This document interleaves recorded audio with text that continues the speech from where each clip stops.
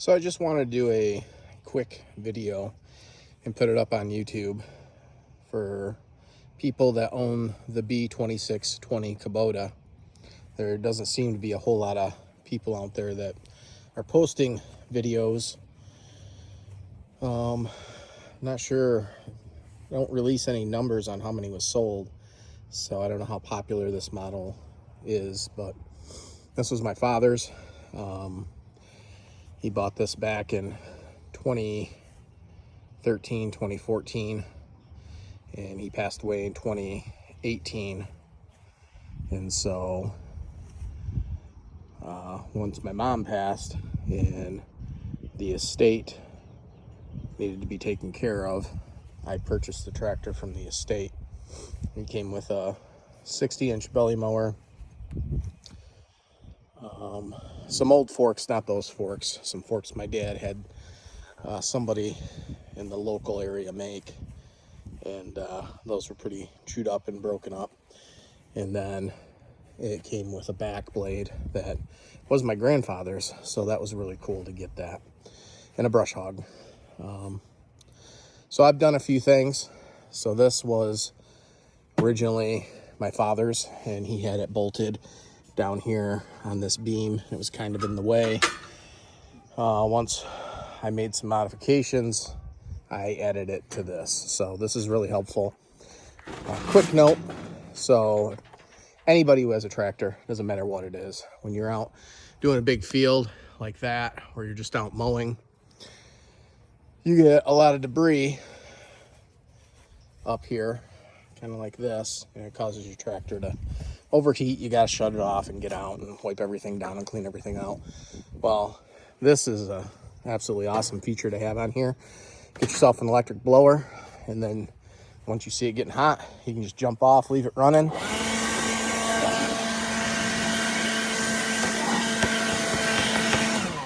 Give it a quick blow off, pull the screen out if you need to on the inside, and clean that as well. So some things that I've added, this 3-point quick hitch. I don't know if I don't know if there's different sizes and I didn't get the right size, but it does not hook up to my brush hog at all.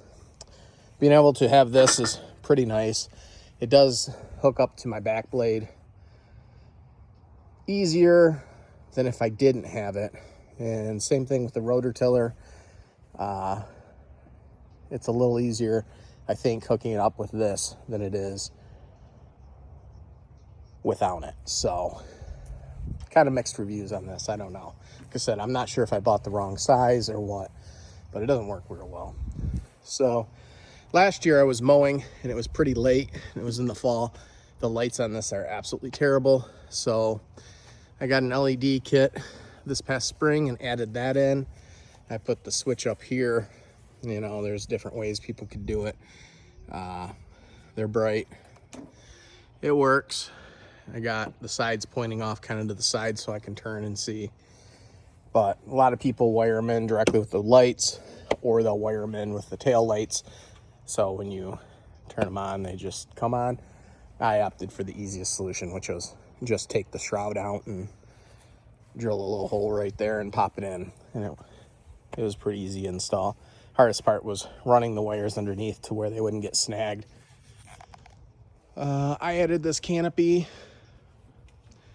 It's just something I found on Amazon. I can post some links to some of this stuff, but it works. It works well. It's loud, squeaky, bounces around a lot. That's one of the things that when I was watching videos nobody talked about, but it does squeak. As you can see, installing this was super easy. We actually just took it off yesterday. A buddy of mine borrowed the tractor, and we were concerned about it going down the road. So we took it off and put it back on last night. And then the last thing I did, which nobody has any good videos on, and I fumbled through it, so I did not make a video of it. I don't think I would have wanted to because it was so... I had to take the seat off twice, but you get the idea here. So, original bracket for the original seat. Here, I got a 1/8 inch plate, cut it. I bolted it on to this, and then I bolted the seat on. I know that's real professional there, but it works. I just need some spacers in here so the plate didn't flex and bounce. So, but I had to take the rails off of here because it came with rails, and it was way too high. The rails didn't line up right. This seat is a comfortable seat, but like I said, this side of the rail was free floating, so it just made the seat shift. This side over here had the locking mechanism, but it wasn't connected to this side, so it didn't work right to begin with. So I just took it all off, made it sit lower because it does sit super high. It's definitely a weird feeling when you're riding in it and you haven't had a suspension seat before. And then I just got some angle iron and cut it, and I attached it here and here, and then I made this just for a little more stability.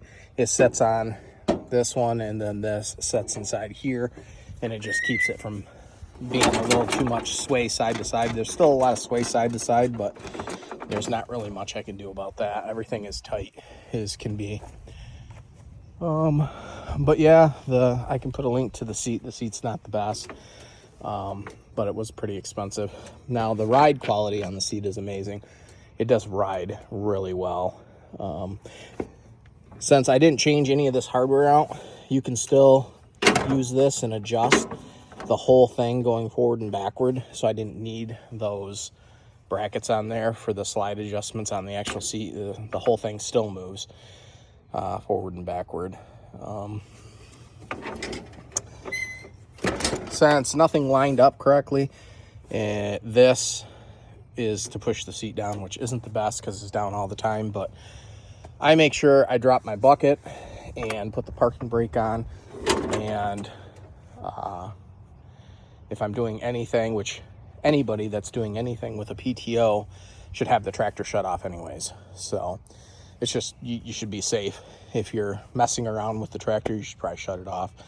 If you're changing devices, implements, or just shut the tractor off.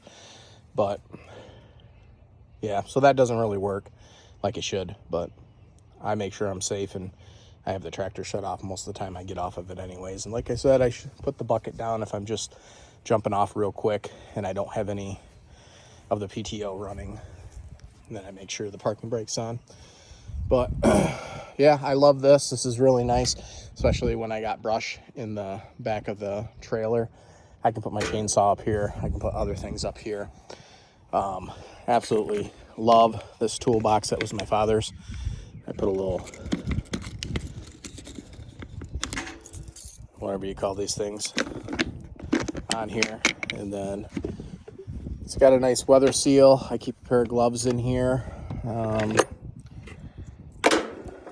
Keep a little crowbar, hammer, adjustable wrench in there.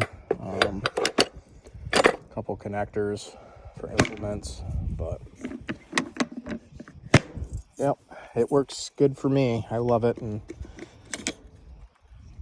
just wanted to share with people a little about the Kubota B2620, as there's not a whole lot on there. I gotta get this fixed. I was mowing in road gear and knocked my taillight out and ran it over. I gotta wash it up too. I just got done mowing some wet property down there, and she needs a good cleaning. But yeah, I'm interested if anybody else has a Kubota B2620, what they've done to it, any questions you have. There's not, like I said, a lot of information out there. This has like 530, almost, if you can see that with the light, it's 539 hours, almost 540 hours on it. I know my dad was pretty meticulous about cleaning and greasing and everything. So last fall, when I was close to 500 hours. I wasn't sure what he had done. I had done one oil change on this beforehand, but with how rough I am on this property, I decided I had to do another oil change and change all the fluids, transmission, or not transmission, but hydraulic fluids and oil, and then I changed the gas filter as well. So my buddy borrowed it and spilled gas yesterday, so I got to get all that cleaned up. But yeah, if you guys have any questions, comments, if you guys own any of these, let me know what you think and what you've done. I'm just happy that I was able to get this, and it was my father's, and he absolutely loved this.